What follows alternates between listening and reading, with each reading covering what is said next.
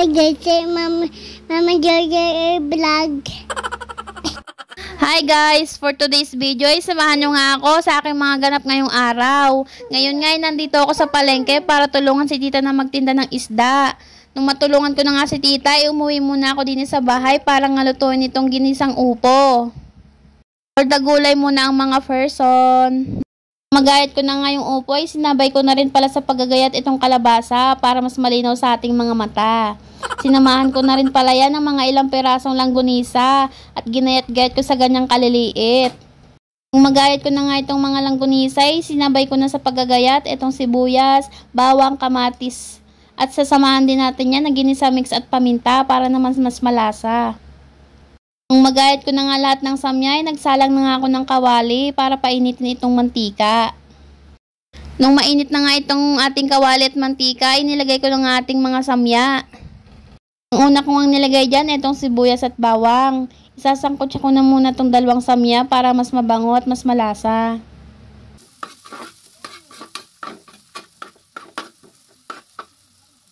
Nung masangkot ko na nga yung sibuyas at bawang, isinunod ko na nga ilagay itong ginayat na kamatis.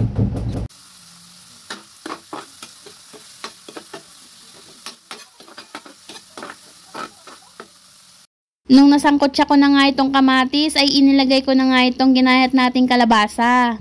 Medyo inuna ko muna itong kalabasa, medyo matigas kasi itong gulay na ito.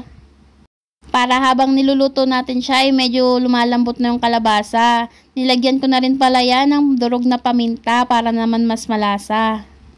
Hahaluin ko nga pala ito ulit para nga mas maluto yung ating kalabasa. Nung mahalo ko na nga itong kalabasa ay sinabuyan ko na agad ng isang kurot na asin. Nung malagyan ko na nga ng isang kurot na asin ay sinabuyan ko na muna ng kaunting tubig para hindi naman maiga.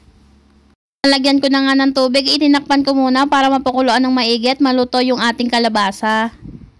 Kalipas nga ang mga ilang minuto ay kumukulo na agad ang ating mga gulay. Nung kumukulo na nga ay sinunod ko na nga ilagay itong ginayat nating upo. Para naman mas magalang tayo pag kumain tayo nito. Charis! Sinunod ko na nga ilagay itong ginisa mix. Ginisa mix, baka naman. Charis! Medyo nagmoist pala yung ginisa mix kaya nilagyan ko na lang siya ng tubig para malagyan natin yung ating gulay.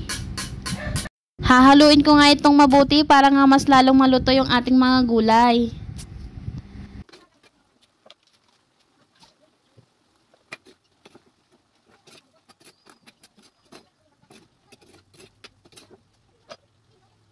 Kung mahalo ko na nga itong gulay natin ay isinunod ko na nga ilagay itong hiniwa nating longganisa.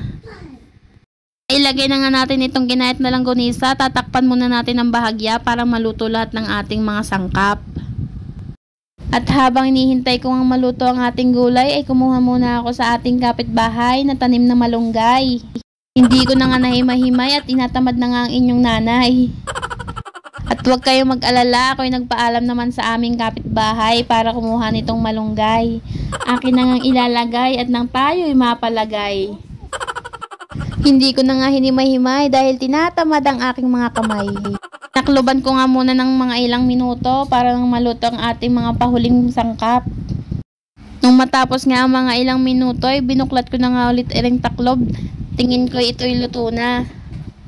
Sobrang sarap nito pag may kapartner na pritong isda. Maya-maya nga ay luto na ang ating ginisang upo at kalabasa. Isasalin ko nga pala ito din sa aming lagayan kasi gagamitin ko yung kawali para magprito ng ating dumpilas. At gaya nga ng sinabi ko, mas masarap ito pag may kapartner na pritong isda. Nagpauwi din pala si tita dito sa bahay nitong isdang dumpilas o kung tawagin sa ibang lugar ay tamban. Nasinan ko na nga ito ng maigit para na maisalang din sa ating mainit na kawali. Nung mainit na nga itong mantika at ating kawali, ilalagay ko na nga itong dumpilas.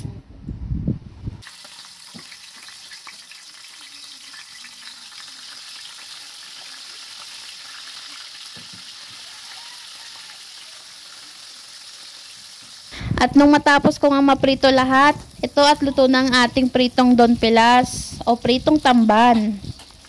Mukhang mapapasarap na naman ang kain ko nito. Nagbalot ko na nga si tita para madala ko ulit dun sa palengke at makakain siya ng tanghalian. Papunta na nga kami ng palengke at maya-maya nakarating na nga ako dito sa palengke at naihatid ko na nga itong niluto kong ulam para kay tita. Kagaling ko nga sa palengke, ako'y nagdiretso na nga din sa aming bahay at pumunta na agad din sa piggery at para na nga paliguan itong si Mami Pig.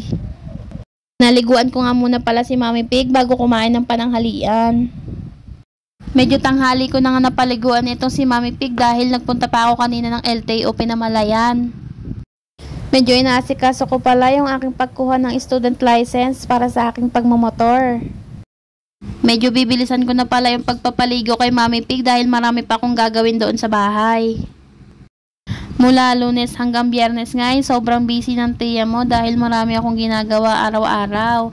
Dahil nga meron akong pumapasok na estudyante. Meron din pala akong naalaga ang bata at matanda. Araw-araw ko nga palang pinapaliguan to si Mami Pig dahil nga araw-araw siyang kumakain at dumudumi.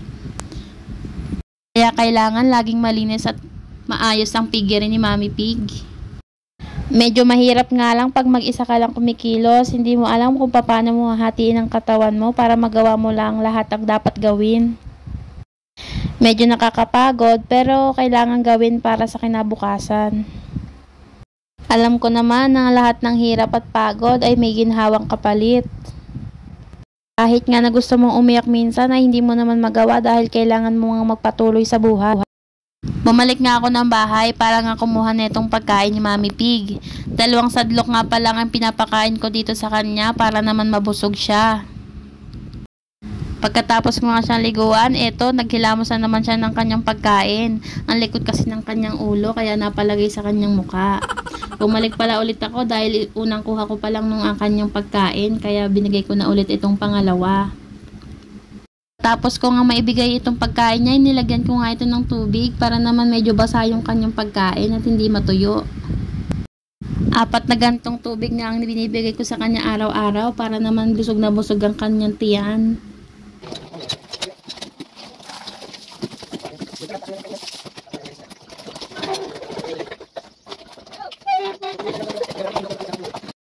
At nung matapos na nga ako magpaligo at magpakain ng aming Mami Pig at mangain tayo ng rambutan. Galing nga pala tong palengke, binigay sa akin ni tita isang plastic. And yun lamang for today's video. Salamat sa inyong panonood. Ingat palagi. Bye!